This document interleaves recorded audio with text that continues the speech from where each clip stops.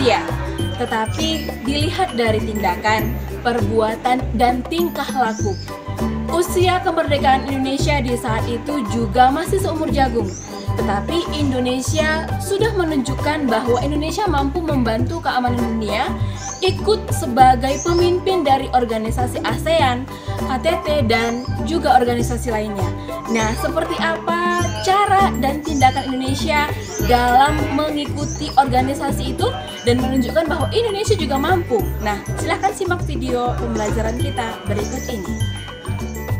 Tujuan pembelajaran kita di hari ini itu diharapkan siswa mampu menganalisis apa saja peranan bangsa Indonesia dalam bidang politik dan juga ekonomi pada masa Perang Dingin, agar siswa juga dapat mengetahui dampak apa saja yang terjadi di masa Perang Dingin ini, agar siswa juga dapat melakukan kerjasama terutama dengan lingkungan sekitarnya, serta menanamkan rasa peduli akan perkembangan bangsa Indonesia agar lebih maju.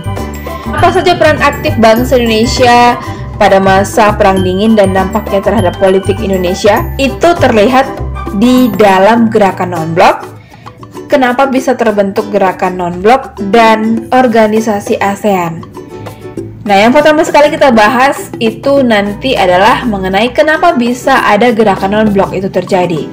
Nah, di awal kemerdekaan Indonesia itu tidak luput dari pengaruh yang ditimbulkan oleh Perang Dingin.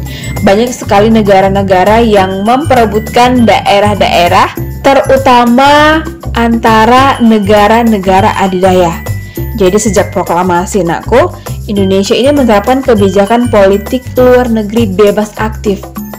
Sebenarnya kebijakan ini menegaskan bahwa Indonesia tidak ikut dalam blok manapun, baik blok timur ataupun blok barat. Jadi berdasarkan semangat ini tadi, Indonesia beserta dengan beberapa negara lainnya seperti ada Mesir, Yugoslavia, India, dan Ghana, ini membentuk gerakan yang dinamakan sebagai gerakan non-blok. Nah, adapun tujuan Indonesia mengikuti dari gerakan non-blok ini seperti meningkatkan yang namanya kerjasama antara negara non-blok, terutama dalam bidang ekonomi dan juga teknologi. Dalam bidang ekonomi, Indonesia membantu menyelesaikan masalah-masalah ekonomi internasional yang menunjang pembangunan yang berkelanjutan. Yang ketiga, itu Presiden Soeharto menjabat sebagai Sekretaris Jenderal Gerakan Non-Blok. Indonesia juga dipercaya membantu menyelesaikan konflik yang pernah terjadi di daerah Kamboja dan kasus gerakan separatisme Moro di Filipina. Lalu Indonesia juga menjadi penyelenggara dari konferensi tingkat tinggi gerakan non-blok yang diselenggarakan kala itu di daerah Jakarta dan juga Bogor di tahun 1992. Nah, kenapa bisa terbentuk yang namanya gerakan non-blok? Gerakan non-blok adalah organisasi internasional yang berkeinginan untuk melepas dari kekuatan blok manapun, baik itu blok timur ataupun blok barat. Organisasi ini lahir akibat dari kejenuhan pengotak-kotakan kekuatan berdasarkan perbedaan ideologi yang membuat negara berkembang ataupun yang baru merdeka sulit membangun perekonomiannya. Kekuatan terbesar dunia di era perang ini adalah menjadi penyebab terjadinya perang nuklir. Dengan menyadari pengutupan dunia dalam dua blok ini tadi, baik blok timur ataupun blok barat, Indonesia akhirnya memutuskan untuk menerapkan sistem politik luar negeri yang bebas aktif yang diperkenalkan pertama kali oleh Bung Hatta di tanggal 2 September 1948. Bebas itu berarti tidak terikat pada satu ideologi ataupun politik negara asing ataupun bahkan blok tertentu. Adapun yang dimaksud dengan aktif itu artinya agar mengembangkan persahabatan dan juga kerjasama internasional yang menghormati kedaulatan negara lain. Singkat cerita, di tahun 1954 itu pernah diselenggarakan konferensi Colombo di Sri Lanka. Konferensi ini menjadi pelopor diadakannya konferensi Asia Afrika. Konferensi Asia Afrika ini dihadiri oleh 6 negara, salah satu di dalamnya adalah Perdana Menteri Indonesia yang diwakili oleh Ali Sastro Amijoyo. Perdana Menteri Ali Sastro Amijoyo ini menyarankan untuk diadakan lagi konferensi yang lebih besar dibandingkan dengan konferensi Asia Afrika ini tadi. Saran dari Perdana Menteri Ali Sastro Amijoyo ini tadi akhirnya terpenuhi dengan diadakannya satu konferensi Asia Afrika di daerah Bandung. Jadi konferensi inilah yang menjadi cikal bakal lahirnya gerakan non-blok. Di dalam konferensi ini, pemimpin dari 29 negara mendeklarasikan komitmen untuk tidak terlibat dalam konfrontasi blok barat dan juga blok timur. Pada akhirnya, konferensi ini ditandatangani sebuah deklarasi yang kita kenal sebagai Deklarasi Bandung ataupun Dasasila Bandung, yang isinya seperti ada menghormati hak-hak dasar manusia dan tujuan-tujuan secara asas yang memuat di dalam piagam PBB. Itu yang pertama. Yang kedua, menghormati kedaulatan dan integrasi internasional semua bangsa. Yang ketiga, mengakui persamaan semua suku dan juga bangsa. Tidak melakukan intervensi terhadap persoalan dalam negara lain. Menghormati hak-hak setiap bangsa untuk mempertahankan diri secara sendiri ataupun kolektif sesuai dengan piagam PBB. Tidak menggunakan peraturan-peraturan dari pertahanan kolektif untuk tidak bertindak bagi kepentingan khusus dari salah satu negara besar dan tidak melakukannya terhadap negara lain.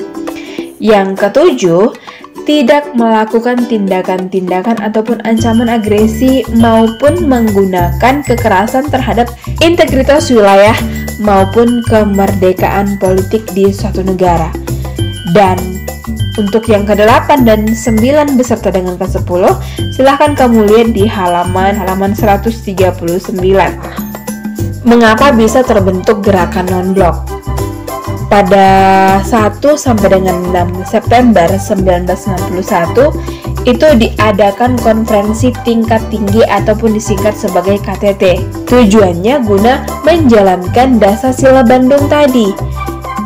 Konferensi ini akhirnya mengeluarkan keputusan bersama untuk membentuk sebuah gerakan yang bernama Gerakan Non-Blok.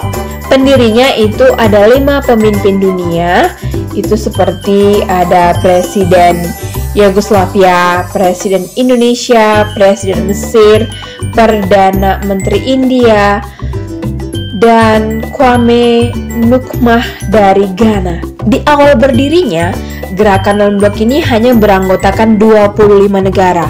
Tetapi dalam perkembangannya, nakku, keanggotaannya itu semakin bertambah setiap tahun. Bagi negara yang ingin bergabung dengan GNB ini, ada beberapa syarat dan juga ada beberapa tujuan yang harus dipenuhi dalam mengikuti gerakan non-blok ini. Syaratnya dulu nih. Syaratnya yang pertama itu mengatur politik bebas dan hidup berdampingan secara damai. Yang kedua, mendukung gerakan-gerakan kemerdekaan nasional. Yang ketiga, tidak menjadi anggota salah satu Pakta Militer Amerika Serikat ataupun Uni Soviet. Yang paling terkenal mereka ini disebut dengan negara adidaya. Itu dia syaratnya yang harus dipenuhi jikalau kita mau bergabung dalam gerakan non-blok. Sedangkan tujuan didirikannya gerakan non-blok seperti meredakan ketegangan dunia sebagai akibat persaingan dan juga permusuhan dua blok adidaya. Mengusahakan terciptanya suasana dunia yang aman dan juga damai.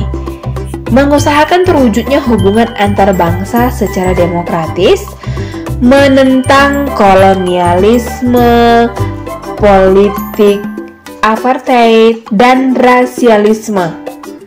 Yang kelima, memperjuangkan kebebasan dalam bidang ekonomi dan kerjasama atas dasar persamaan derajat. Yang keenam, itu meningkatkan solidaritas di antara negara-negara anggota gerakan non-blok. Dan yang ketujuh, menggalang kerjasama antara negara berkembang dan juga negara maju menuju terciptanya tatanan ekonomi dunia yang baru. Mengapa bisa terbentuk yang namanya ASEAN?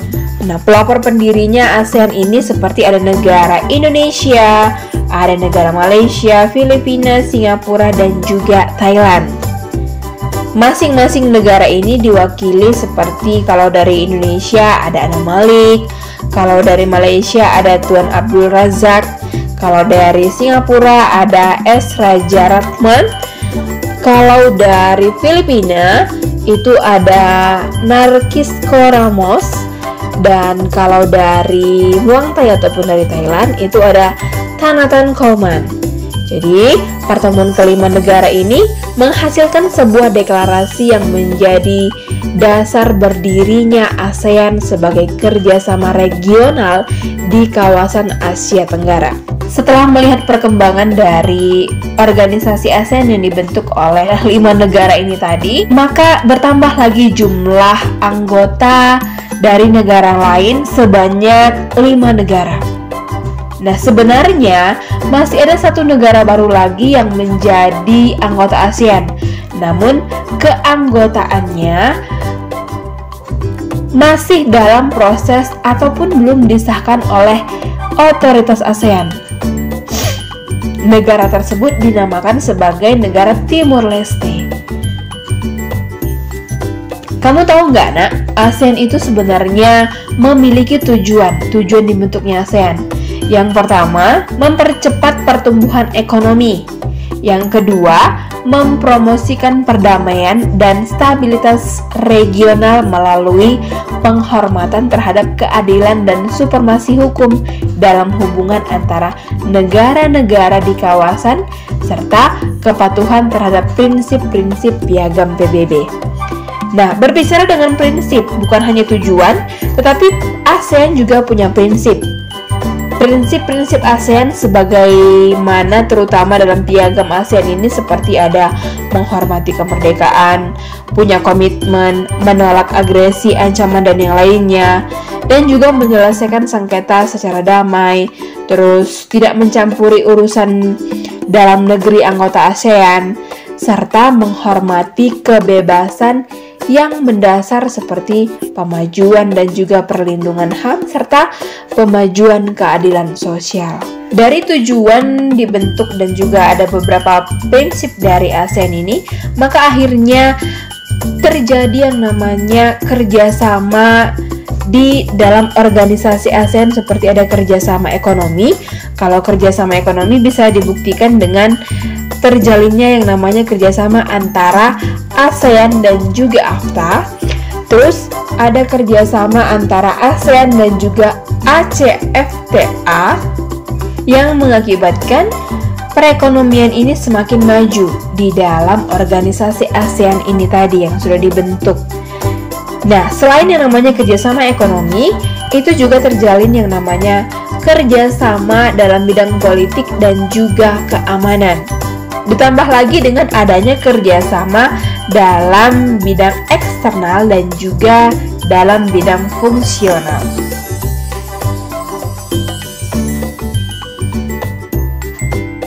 Itu dia video pembelajaran kita di hari ini. Ibu harapkan kamu dapat mengambil semangat dari yang telah dilakukan oleh para pemerintah Indonesia di awal kemerdekaan untuk menunjukkan Indonesia juga mampu.